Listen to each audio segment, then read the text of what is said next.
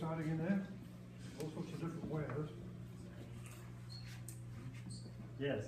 Well, this is a little cool object. This is just a, it might be a musket ball, but it's been drilled or they punched a hole through it and they're probably using it as fishing weight. Oh, Okay. Yeah, that's pretty common. We see that a lot in slaves. And how Sites old and would that contexts. be? 18th century into the 19th century. Okay. So They that began was using, you know, to the mid 19th century, then most lead balls go away. Hold it in your hand so I can. lead? Yeah, it's lead. Oh, interesting. So it is an old type. Yeah, it's probably was a musket ball and they just drilled it, Yeah. you know. Use it as a weight, or you could even, it's pretty heavy, but you could use it as a spindle whorl, you know, like to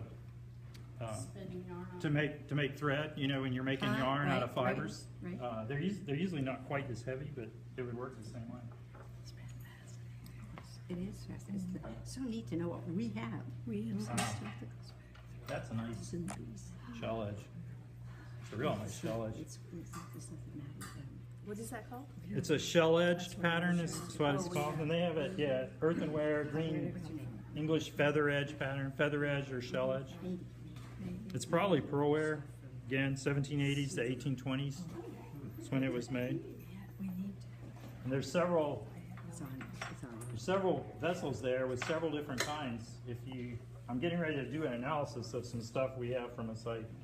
Like the way that they make the edge decoration changed through time and over some sort of the 1800 to 1850s or 60s, you can tie it down a little bit tighter if you start looking at all the little things. I don't know them precisely, so I couldn't really tell you right now, but I'm getting ready to do that. See, that one's a little bit later, I think, because it's not as elaborate. It begins to just go away and they just paint a little stuff on the edge. But again, I think it's pearlware, just puddling, blue puddling that goes Sure. on around the foot ring. here. Yes, I see it. Yeah. I've learned a ton. I'm fascinated. You have to know so many things about so many different. Yeah, these are probably like a pearlware on a base or that's a sickle. Yeah. Right. Looks like it's been pretty rusty. Yeah, it is decomposing. Whoa, that's interesting. I don't know that I've seen one that it has a socket, like it's probably wrought, yeah, so the wooden handle slides into Like a here. side. Yeah, most of the ones that I've seen before, they just have a tang, a piece that would be driven in to the wooden handle the other way. So I don't know if this is so it's slightly the opposite. later, yeah, the handle's sliding into the implement rather than the implement into the handle, but Gotcha. you know, That's it's for interesting. harvesting grain, whatever, cutting grass. Just like today, everything is cyclical. Yes. Is there brick frag? Roan, roan, roan. Wow. To the porch with you. Goodness. Take his wine away, will you? I'll give you more. Yeah, this is definitely colonialware. What kind? Colonialware. This is Colonial. probably Yeah, he slave-made explained that, African. Slave-made, and Really? yeah, Yeah. the era after they used up all their Indian slaves, they started getting the African slaves. This piece. It's got decorations on it. Yeah, but I think it's still colonialware. We see that sometimes. Punk dates. Inside these pots, Yeah. or did Yeah. they just store? Both. Okay. Sometimes they're cooking with them, but they probably don't. They're not putting them onto a fire.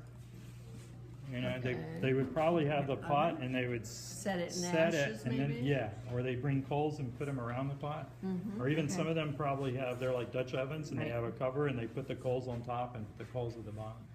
Although a lot of them are just storage pots and jars, and they're using metal kettles to cook with. But yeah, these are nice pieces of colonialware. They're real nice pieces of colonialware. And I mean, the other thing that happens around about 1760, real interesting story about Indians. The Catawba Indians form right after the Yamasee War too, like all the other tribes, but they become really adept at making pottery. And they began making pottery and selling it, and they're dealing in pottery. And about 1760, a whole bunch of them go with the British Army to Quebec. And they're actually at, and the painting that has, of, what's the general's name? The British general is the only, he dies, and there's, Cornwall? no, No. is it DeWolf? Cornwall. Not Cornwall. Anyway, Who was there's the a other famous one that was painting over from the here? Battle of Montreal, which is the Yeah. fall of Quebec in the 7 Years' War, French and Indian War. The British general is dying, and there's an Indian who's holding him, and he's a Catawba. Oh, Right? And so, really? yeah, the Catawba replaced the Yamasee as the military allies, Indian allies of Okay. Carolinas. Very good to But know. for whatever reason, they wind up there. But they come back, and when they come back, they move in around Camden. And within 5 years, they quit making the pottery they made before, and they start making colonial. Yeah, isn't that interesting? Because their reservation is just It's outside at Rock Hill. Yeah, it's right at Rock Hill. And that's where they're originally from, but they're all over the place. But anyway, and they begin selling that. They're making and selling it. And there's accounts, historical accounts of the Catawba coming to Charleston on someone's plantation and making pottery and selling it to the planters. And so this colonial Indian ware, there's a lot more of it, and it's earlier than the Catawba making it, but some of it's been made by them and sold, and some of it's obviously being made here too. So.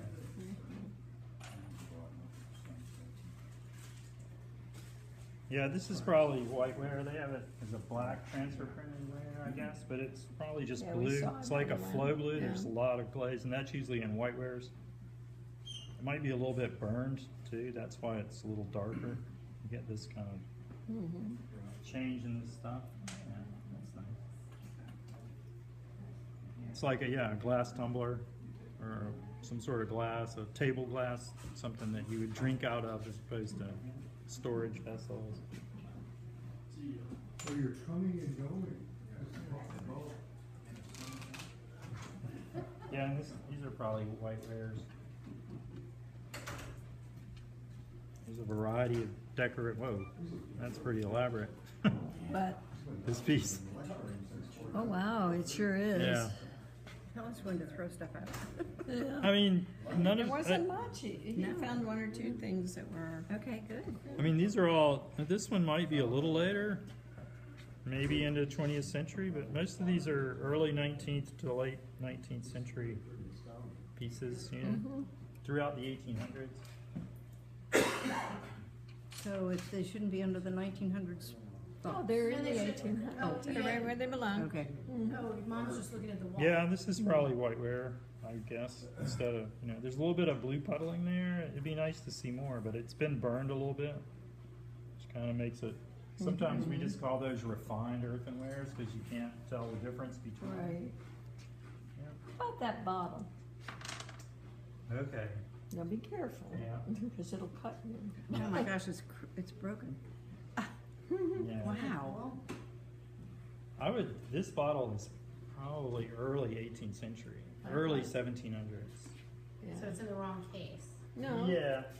Yeah. If this early is 1700s. early 1700s. You think, okay, we gotta move it. Okay. Yeah, just the shape of the bottle itself. That's what I'm And it was used guessing for that. liquor? Probably, yeah. Yeah, spirits. What else would you put in a Yeah, it bottle? belongs here.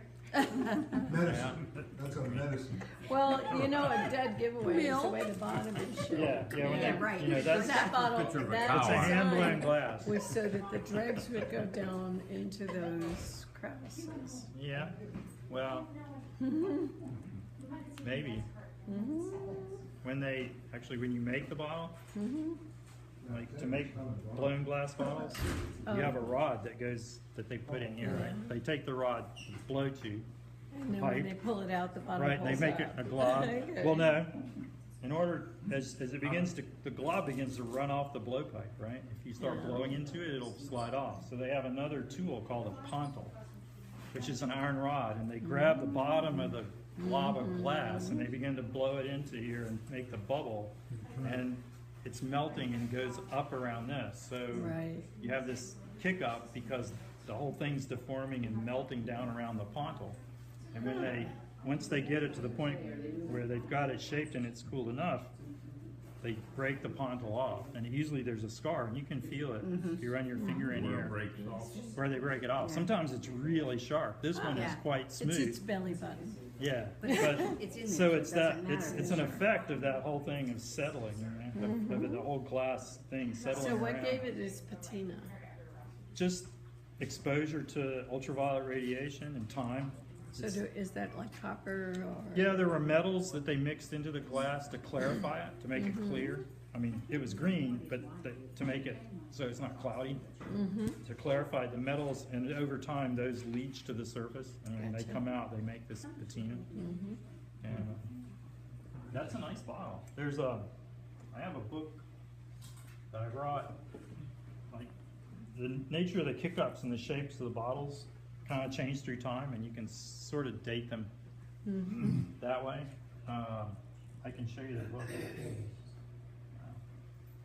Obviously, we don't have to have you back again. Yeah, okay, I know, time goes on. Well, That- apparently that's a somebody oyster knife, here right? might know. Peter, do you know That's an oyster. Maybe. where I don't know, it's the really, core really sharp. samples are that they took when the archaeologists came out here and That's the did a shape core of today's sample? oyster. He did it. Oh, you It did is. it. Well, So, Yeah. 50 years ago. so Eric, you might know, are any of those objects from the core sample you took on the island? I don't think that we still have those, I think that they're. I mean, these, I'm talking about. I Do don't you know. think you ever gave us any of those? Because I'm wondering about the very old ones in particular. I may be able to tell you. I've I got an think the really old archaeological, ones came from Baby McLeod. Right, The ones from Sea but I know they did a core sample. Yeah, there were several sites that we excavated And- parts of that. And And how they're on deep, loan, Judy. how old did you get? Judy. Most of the sites I've looked at, they're sort of Yes, middle yeah, woodland that's- period, so maybe Yeah. 500, 2,000 years old. Yeah, I think there was okay. some Tom's Creek stuff as well on Yeah. one site, which puts it 3,000 to Okay, 4,000. so those would be absolutely our era of samples. And so Mm-hmm. what we have things on loan from people, they may or may not have come from here. Okay. So, I have some archaeological documents that Jeff Gill just gave me. I haven't read through them yet. But it may have some information about that. I'm not sure. I haven't read it. Okay, another dash, right? 5 minutes, another dash, but. Okay. Apparently. Gave her that. And it's documents or Hey,